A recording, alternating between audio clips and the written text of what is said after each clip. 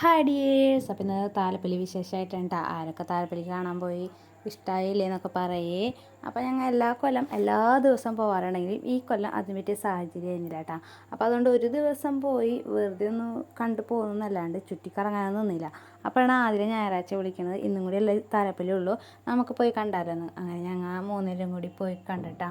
അങ്ങനെ അധികം നേരം നിൽക്കാൻ നിന്നില്ല, കുറച്ച് നേരം കണ്ട് നിന്ന് ഞങ്ങൾ വേഗം വരാമെന്നുള്ള പ്ലാനായിരുന്നു. അപ്പോഴാണ് അവിടെ ചെന്നപ്പോൾ ഉത്സവം നടക്കണം. ഞങ്ങൾ വിചാരിച്ചു ഉത്സവം കഴിഞ്ഞിട്ടുണ്ടാവും എന്ന് വിചാരിച്ചായിരുന്നു പോയിരുന്നത്. അപ്പോൾ ഉത്സവം കണ്ട് കുറച്ച് നേരം, അധികം നേരം നിന്നില്ല, കുറച്ച് നേരം കണ്ട് നിന്ന് പിന്നെ അവിടെ നിന്ന് ഞങ്ങൾ എന്ത് ചെയ്തു, കടകളിലേക്കും റൈഡിൻ്റെ അവിടേക്കൊക്കെ പോയിട്ടാണ്. കടകളിൽ പോയിട്ട് പ്രത്യേകിച്ചൊന്നും വാങ്ങിക്കാനൊന്നും ഉണ്ടായിരുന്നില്ല. അതാണ് ഞങ്ങൾ വേഗം വേഗം ഓരോ കടകളിൽ നിന്നും കണ്ടിറങ്ങി.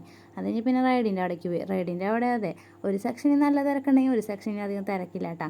അപ്പോൾ ഇവിടെ ഏതെങ്കിലുമൊക്കെ കയറണം എന്നൊക്കെ വിചാരിച്ച് നോക്കിക്കഴിഞ്ഞു. പിന്നെ ഞങ്ങൾക്കൊരു ഉഷാറില്ലാത്താനും ഞങ്ങൾ ഒന്നിലും കയറില്ല കേട്ടോ. അപ്പോൾ അതിൽ പറഞ്ഞ് പിന്നെ ഉണ്ടല്ലോ ദിവസങ്ങളിൽ നമുക്ക് പിന്നെ വന്നിട്ട് എപ്പോഴെങ്കിലും ഒരു ദിവസം കയറാമെന്ന് പറഞ്ഞിട്ട് ഞങ്ങൾ എന്ത് ചെയ്ത് അവിടെ നിന്ന് വിട്ട് അടുത്ത സെക്ഷനിലേക്ക് പോയി. ഇവിടെ ഞങ്ങൾ നിൽക്കാനോ പോകാനോ ഒന്നിനും ഇടയില്ല. അങ്ങനെ ഞങ്ങൾ പിന്നെ എന്ത് ചെയ്ത് നേരെ വീട്ടിലേക്ക് പോകാനുള്ള പ്ലാൻ ചെയ്തിട്ടാണ്.